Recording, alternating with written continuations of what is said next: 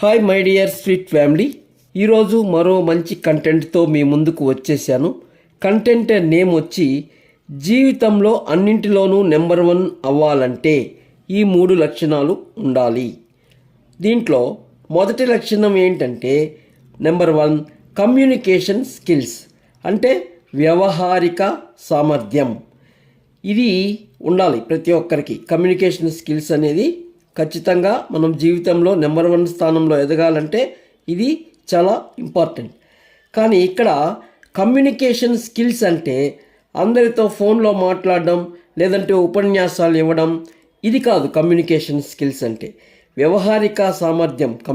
Communication skills అంటే ఏంటంటే మన యొక్క సమీప ప్రత్యర్థి యొక్క మానసిక స్థితి, వారిలో ఉన్న బలహీనతలు, వారి యొక్క శత్రువులు, వారికి సంబంధించిన స్నేహితులు, వారి యొక్క సామర్థ్యము అంటే వారిలో ఉన్న గొప్పతనము, వారు ఏ పని చేయగలుగుతారని తెలుసుకోవడం, వాళ్ళలో ఉన్న పనితనం. ఇది వారి యొక్క ఆర్థిక పరిస్థితి.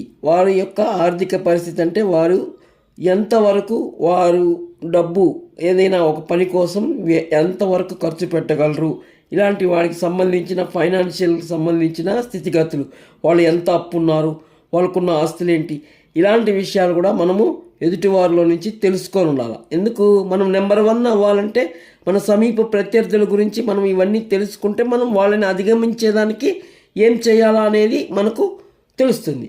సో ఇదన్నమాట. ఇలాగే ఆర్థిక పరిస్థితి అయిపోయిందా, ఇక నెక్స్ట్ వారి యొక్క పరపతి, అంటే వాళ్ళకున్నటువంటి ఇన్ఫ్లుయెన్స్, వాళ్ళకి తెలిసిన వ్యక్తులు, సంఘంలో పెద్ద మనుషులు ఉంటారు కదా, రాజకీయ నాయకులు కానీ ఇలాంటి వాళ్ళకు సంబంధించింది పరపతి అంటాం. తర్వాత నెక్స్ట్ వారి యొక్క అంగబలం, అంటే వారికి ఉన్న మంది సపోర్ట్, ఎంతమంది వాళ్ళ అనుచర వర్గం ఎంతమంది ఉంది అని ఇది కూడా తెలుసుకోవాలి.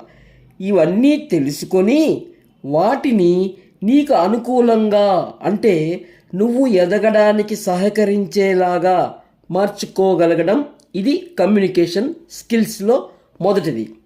అయితే దీంట్లో ఇంకొకటి కూడా ఉంది. అదేంటంటే నీ సమీపంలో, నువ్వు ఉన్న ప్రదేశంకి సమీపంలో ఉన్నటువంటి విషయ పరిజ్ఞానము, సామాజిక పరిజ్ఞానము, ప్రాపంచిక పరిజ్ఞానము, అంటే ఇవన్నీ కూడా తెలుసుకొని ఉండాలి. అక్కడ నువ్వు ఉన్న ప్రదేశం చుట్టూలో సమాజంలో ఏం జరుగుతుంది, ఈరోజు యొక్క అప్డేట్స్ ఏంటి, ప్రపంచంలో ఏం జరుగుతుంది, ఇలాంటివన్నీ కూడా తెలుసుకోవాలి. ఇది కూడా కమ్యూనికేషన్ స్కిల్స్లో 2వ భాగం. అయితే ఈ యొక్క సామాజిక పరిజ్ఞానము, ప్రాపంచిక పరిజ్ఞానము, అలాగే విషయ పరిజ్ఞానం, ఈ 3 ఎప్పటికప్పుడు అప్డేట్ అవుతూ ఉంటుంది. ఈరోజు జరిగిన విషయం రేపటికి ఉండదు. ఈరోజు ఒకలాగా ఉంటుంది, ఇంకొక రోజు ఇంకొకలాగా ఉంటుంది. ఫర్ ఎగ్జాంపుల్ చెప్తాను చూడండి.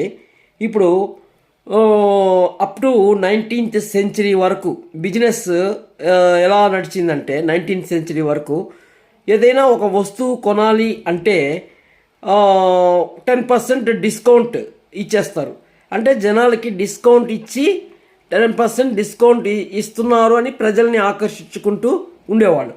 అది అప్పట్లో ఉన్న ట్రెండ్. మళ్ళీ కొద్ది రోజులకి ఏమైంది, ఆఫర్, ఈ వస్తువు కొంటే ఇంకొక వస్తువు ఫ్రీగా ఇస్తారు. ఇది కొద్ది రోజులు నడిచింది. దాని తర్వాత మళ్ళీ క్రెడిట్ సేల్స్, అంటే ఏ వస్తువైనా ఇన్స్టాల్మెంట్లో ఇస్తారు. ఇది మళ్ళీ ఇప్పుడు లేటెస్ట్ ట్రెండ్ ఏంటి, ఏదైనా ఒక వస్తువు కస్టమర్ నోటికాడికి ఎత్తుకుపోయి ఇవ్వడం, అంటే సర్వీస్ మోటివ్. ఇది ఇప్పుడు ట్రెండ్. ఈ విధంగా ఈ యొక్క ప్రాపంచిక పరిజ్ఞానము ఇవన్నీ కూడా ఏ రోజుకి ఆ రోజు అప్డేట్ అవుతూ ఉంటుంది. వాటి యొక్క అప్డేట్ అవుతూ ఉన్న కొలది మనము కూడా అప్డేట్ అవుతూ ఉండాలి. అంటే మనం కూడా ఎప్పటికెప్పుడు మార్కెట్లో ఏం జరుగుతుంది అనేది తెలుసుకొని ఉండాలి. ఇవి 2 కమ్యూనికేషన్ స్కిల్స్లో వచ్చేటివి. ఇకపోతే నెక్స్ట్ పర్సనాలిటీ డెవలప్మెంట్, ఇది 2వది. ఇది కూడా చాలా అవసరం. అదేంటో చూద్దాం. ఈ పర్సనాలిటీ డెవలప్మెంట్ అంటే ఏంటంటే వ్యక్తిత్వ వికాసము తెలుగులో. ఇది ఏంటంటే నువ్వు ఏ పనైతే చేయగలుగుతావో, ఏ పని అయితే చేయగలుగుతావో నువ్వు చేయగలిగే పని గురించి మాత్రమే చెప్పాలి. లేదు, నువ్వు ఏదైతే మాట్లాడుతావో ఆ ఆ మాటలో ఉన్నది పనిని నువ్వు ఖచ్చితంగా చేయగలగాల. అలాంటిదే నువ్వు మాట్లాడాలి. అంటే ఏంటి, నువ్వు చెప్పేది చేయగలగాల, చేయగలిగేదే చెప్పాల. ఇది వ్యక్తిత్వ వికాసం అంటే పర్సనాలిటీ డెవలప్మెంట్. అయితే ఇక్కడ కానీ నువ్వు చెప్పింది చేయలేకపోయినా లేదా నువ్వు చేయగలగలేనిది చెప్పినా నువ్వే నీ జుట్టును అందించినట్లు అయిపోతుంది. ఎవరికి? నీ ప్రత్యర్థి చేతికి నీ జుట్టును నువ్వే అందించినట్టు అయిపోతుంది. సో ఇక్కడ నువ్వేం చేయాలా? నువ్వు ఏదైతే చేయగలుగుతావో అదే చెప్పాలా, నువ్వు ఏదైతే చెప్తావో అది చేయగలగాల. దీంట్లోనే ఇంకొకటి ఉంది. అదే ఈ పర్సనాలిటీ డెవలప్మెంట్లో ఇది మొదటిదైతే రెండవ నియమం ఉంది. అదేంటంటే ఇప్పుడు నువ్వు చేయదలిచిన లేదా నీవు చెప్పదలిచిన పని యొక్క ఆవశ్యకము అంటే ఉపయోగం ఎవరికైతే ఉపయోగపడుతుందో వారికే చెప్పాలి. ఎక్కడ ఉపయోగపడుతుందో అక్కడే చేయాలి. అంటే దీనికి ఒక ఎగ్జాంపుల్ చెప్తాను చూడండి. నువ్వు ఇప్పుడు ఉచితంగా ఒక హాస్పిటల్ కట్టించావు అనుకోండి.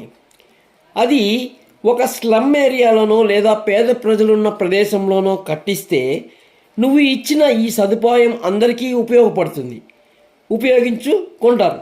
అలాగే అప్పుడు నీ యొక్క వ్యక్తిత్వం వికసిస్తుంది. అంటే చూడు, వాడు మంచి వ్యక్తిత్వం కలిగిన వాడు, మనకు మంచి హాస్పిటల్ కట్టించారు అని చెప్పుకుంటారు. అదే నువ్వు ఇదే హాస్పిటల్ని ఒక రిచ్ పీపుల్ ఉన్న ఏరియాలో పెట్టడం వల్ల ఏం ఉపయోగం ఉంటుంది? ఇంటింటికి ఒక్కొక్క హాస్పిటల్ మెయింటైన్ చేయగలిగే వారి దగ్గరికి వెళ్ళి నువ్వు ఉచితంగా హాస్పిటల్ కట్టిస్తే ఎవరు నీ గురించి చెప్పుకుంటారు? ఎవరికి ఉపయోగపడుతుంది? నువ్వు చేసిన మంచికి ఏమి సార్థకత ఉంటుంది? నువ్వు ఏదైనా ఒక మంచి పని చేస్తే, అంటే ఆకలిగా ఉండేవాడికి అన్నం పెడితే తింటాడు, కడుపు నిండా తినిన వాడికి అన్నం పెడితే వాడేం తింటాడు? సో ఈ యొక్క పర్సనాలిటీ డెవలప్మెంట్ అంటే వ్యక్తిత్వ వికాసంలో ఇది కూడా చాలా ఇంపార్టెంట్. ఈ విషయాన్ని కూడా మనము దృష్టిలో పెట్టుకోవాలి.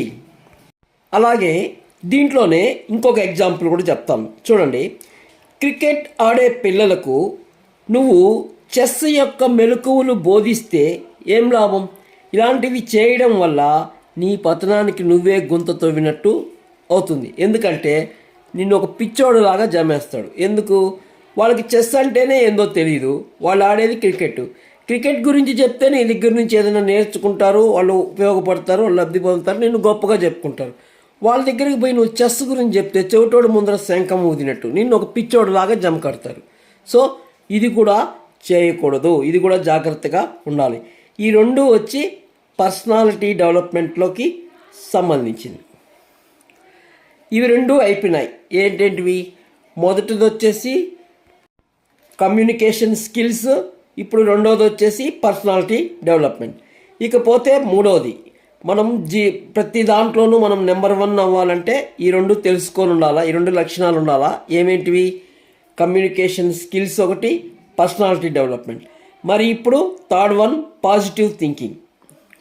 చూడండి, ఈ పాజిటివ్ థింకింగ్ గురించి మనం ఆలోచించేటప్పుడు మనం ఫస్ట్ ఒక విషయాన్ని తెలుసుకోవాలి. ఏంటది అంటే ఈచ్ కాయిన్ హ్యాజ్ 2 sides. అంటే ప్రతి నాణ్యానికి 2 వైపులా ఉంటాయి. అంటే అలాగే ప్రతి విషయము, ప్రతి పనిలో కూడా 2 కోణాలు ఉంటాయి. అది ఒకటి పాజిటివ్ కోణము, నెగిటివ్ కోణం. ఇక్కడ మనము ప్రతిదీ అంటే 2 వైపులా ఆలోచించి తెలుసుకోవాలి. ఒక ఎగ్జాంపుల్ చెప్తాను చూడండి. ఇప్పుడు ఒక వ్యక్తి నిన్ను పొగుడుతూ ఉన్నాడు అంటే ఇక్కడ 2 కోణాలు ఉంటాయి. ఒకటి, గతంలో నీ నుంచి సహాయమైనా పొంది ఉండాలి, లేదంటే ఇప్పుడు వాడికి ఏదో ఒక అవసరం వచ్చి నిన్ను పొగుడుతూ ఉండాలి. గతంలో సహాయం చేసినామా అనేది పాజిటివ్, ఇప్పుడు వాడికి ఏమైనా అవసరం ఉందా ఏమో అందుకే చేశాడు అనేది నెగిటివ్. ఇక్కడ మనము ఆలోచించాల్సింది పాజిటివ్ కోణమా నెగిటివ్ కోణమా అని కాదు. చూడండి అది ఎట్లా అంటే, ఇప్పుడు వాడి కూతురుకు పెళ్లి కోసం నిన్ను సహాయము అడుగుతూ ఉన్నాడు అనుకోండి. వాడి కూతురికి పెళ్లి చేసుకుంటున్నాడు, ఆ పెళ్ళికి నిన్ను డబ్బులు అడగడానికి వచ్చాడు, అందులో భాగంగా నిన్ను పొగిడాడు. ఇక్కడ నువ్వు ఆలోచించాల్సింది వాడు నిన్ను ఎందుకు పొగుడుతున్నాడు అనేది కాదు, వాడు నిన్ను కోరిన సహాయం చేయడం వల్ల ఏమి ఉపయోగము అని ఆలోచించాలి. వాడు నిన్ను ఎందుకోసమైనా పొగిడి ఉండొచ్చు, వాడు ఏ పర్పస్ కోసమైనా పొగిడి ఉండొచ్చు, అది నీకు అనవసరం. నువ్వు వాడికి సహాయం చేయడం వలన ఒక ఆడపిల్ల సంతోషపడుతుంది, ఒక ఎంటైర్ ఫ్యామిలీ సంతోషపడుతుంది. సో వాడికి నువ్వు సహాయము చేయవచ్చు. అది చూసావా, ఇది పాజిటివ్ కోణం. అదే వాడు నిన్ను మద్యం సేవించడానికి డబ్బులు అడిగి ఉంటే, ఇక్కడ నువ్వు వాడికి సహాయం చేయడం వల్ల వాడికి నువ్వు తాత్కాలికంగా సంతోష పెట్టినప్పటికీ, కానీ కొంచెం నిశితంగా ఆలోచిస్తే వాడికి నువ్వు సహాయం చేయడం వల్ల వాడి అనారోగ్యానికి కారణమవుతావు. అదే వాళ్ళ ఫ్యామిలీ మొత్తానికి బాధ పెట్టిన వాడివి అవుతావు. అంటే నువ్వు అర్థం చేసుకున్న తీరు ఏదైనా కావచ్చు, ఫైనల్గా నువ్వు అర్థం చేసుకున్న తరువాత నువ్వు చేసే పని వలన జరిగిన ఫలితము మంచినిస్తుందా లేదా చెడునిస్తుందా, అదే ఇక్కడ పాజిటివ్ థింకింగ్ అంటే. ఓకేనా, వాడు ఎందుకైనా పొగిడి ఉండొచ్చు, నువ్వు అది పాజిటివా నెగిటివా ఏదైనా అనుకో ఉండొచ్చు. అది ఏదైనా ఒకటి అనుకున్న తర్వాత నువ్వు ఒక నిశ్చయానికి వస్తావు, నువ్వు దానికి ప్రతిఫలంగా నువ్వు ఏదో ఒకటి చేస్తావు. నువ్వు వ్యవహరించే తీరు పట్ల మంచి జరిగిందా, మంచి ఫలితం ఇచ్చిస్తుందా లేదా చెడు ఫలితం ఇస్తుందా, మంచి ఫలితం ఇచ్చేటట్టు వ్యవహరించగలిగితే అది పాజిటివ్ థింకింగ్. ఇది ఇక్కడ పాజిటివ్ థింకింగ్ అంటే.